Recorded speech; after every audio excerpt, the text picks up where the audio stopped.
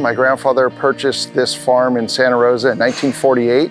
I bought into partnership with my father in 1997, and then in 2005 I purchased the rest of the cows, and I do have the next generation, and my youngest son are here on the farm with me also. In 2006 we transitioned our dairy to 100% organic. We were already a pasture-based dairy, so we have 400 acres here. We irrigate 200 acres that we use to pasture our cattle approximately 250 days out of the year. The other times we are confined to the freestall barn. For us, it was something that we always thought about doing. Handling the wet manure on our pasture was not the best thing for our farm. So when I looked into the ability to put in automatic scrapers, separator, and then bed those cows with that manure, it was just kind of, for me, it was something that we really looked into the future. We scraped with a bobcat and a rubber tire scraper into a big lagoon. Then in the spring, we would pump off the liquid, put that on our fields as fertilizer, and then we would haul the solids off later in the fall. I really wanted to go with the automatic scraper. So we are scraping the freestall barn into a cross gutter, which then pushes the manure into a small retention concrete pit where the pump and the separator are established. The manure comes off the separator. This is a screw press separator. It's going into a pile where our objective was letting that manure sit for 3 days, getting it to between 140 and 160 degrees, turning it, and then going 3 more days and putting it back in the beds. We actually put up a 110 foot wide by 120 foot long barn to store everything, the separator, the stored manure, all under it. We chose JOZ scrapers, a chain pulled scraper. Our goal was to have a one-stop shop. We wanted to make a phone call to the dealer, and one of the other reasons we went this direction was we could buy one that fit the size of our herd.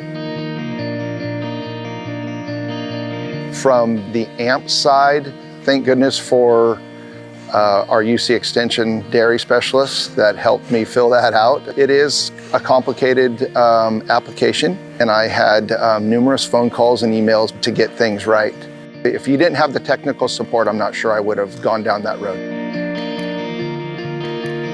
We had to get a building permit from our county for the building. This is the first JOZ separator in the United States.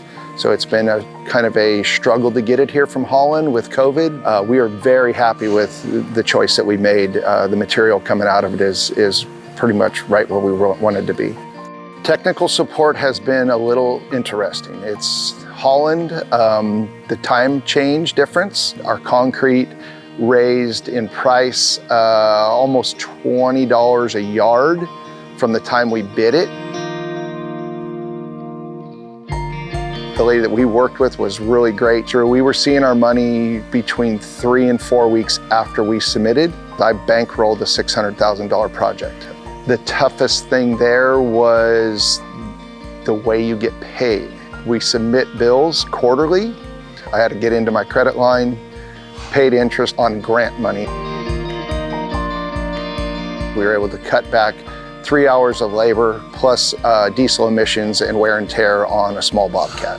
Manure management is going to be huge. Having the ability to have a drier composted material to put on our pastures. We're going to be able to sequester carbon right there, be able to get a little better growth out of that pasture. I think as we go on with this, the separated water coming off of it, we'll be able to utilize that through a fertigation pump that we have had. So I'm able to inject manure water right into my irrigation system on my crop fields. Now I'll be able to utilize the manure on 350 of the 400 acres of the ranch.